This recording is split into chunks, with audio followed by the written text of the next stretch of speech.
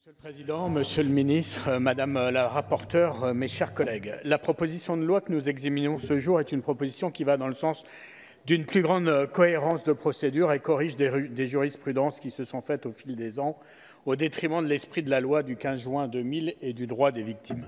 Cette proposition vient donc renforcer utilement l'arsenal législatif visant à assurer le droit des victimes. Le groupe de la gauche démocrate et républicaine salue cette initiative de nos collègues du groupe Liberté et Territoires et votera sans une once d'hésitation ce texte.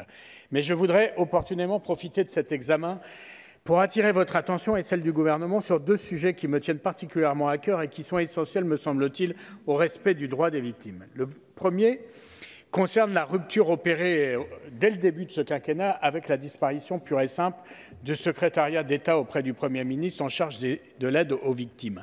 Un secrétariat d'État en pleine structuration, doté d'une autorité politique et d'une administration dédiée, constituée d'une équipe issue des différents ministères. Un secrétariat d'État dont l'existence même était saluée par toutes et tous, à commencer bien sûr par les victimes, leurs familles et les associations.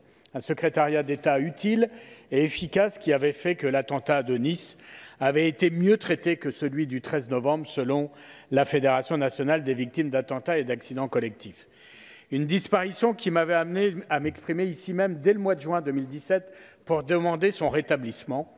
Alors si quelques semaines plus tard, une déléguée interministérielle a finalement été nommée, nous voyons bien aujourd'hui que son rattachement non plus au Premier ministre, mais au ministère de la Justice limite considérablement son action et ses missions. Réparer les victimes, pour reprendre une expression de Françoise Rudetsky, ne se limite pas au champ judiciaire. J'ai de nombreux exemples en tête que le temps qui m'est imparti aujourd'hui ne me permet pas de citer. Alors j'en viens enfin au deuxième sujet qui me tient à cœur et qui découle du premier, c'est le fonctionnement du Fonds de garantie des victimes des actes de terrorisme et d'autres infractions, le FGTI. En tant que député d'une circonscription marquée par les attentats, je suis particulièrement sensible au sort réservé aux victimes pour en avoir accompagné plusieurs dans les méandres de l'administration. Or, force est de constater que le fonctionnement du FGTI est en but à de nombreuses difficultés de plusieurs natures que je ne peux pas là non plus toutes citer. Mais j'en évoquerai quelques-unes. En premier lieu, la lenteur des expertises. Certaines victimes de l'attentat du 13 novembre 2015 n'ont toujours pas obtenu de rapport d'expertise 4 ans après les faits. Peut-on considérer ça logique?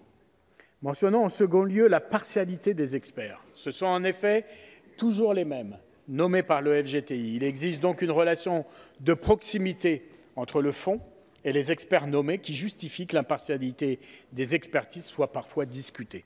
Signalons en troisième lieu que le déroulement des expertises soulève lui aussi des interrogations. Il arrive ainsi que des représentants du FGTI assistent à l'examen auquel procèdent les médecins experts sur les victimes d'attentats, ce qui est contraire à tous les usages et à toutes les pratiques liées au secret médical.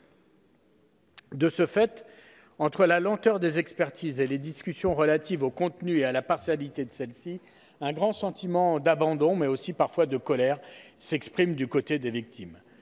J'avais eu l'occasion, le 13 novembre dernier, à l'occasion de la commémoration des attentats au Stade de France, de présenter plusieurs de ces victimes ou de familles de victimes à des membres du gouvernement, notamment à la ministre de la Justice.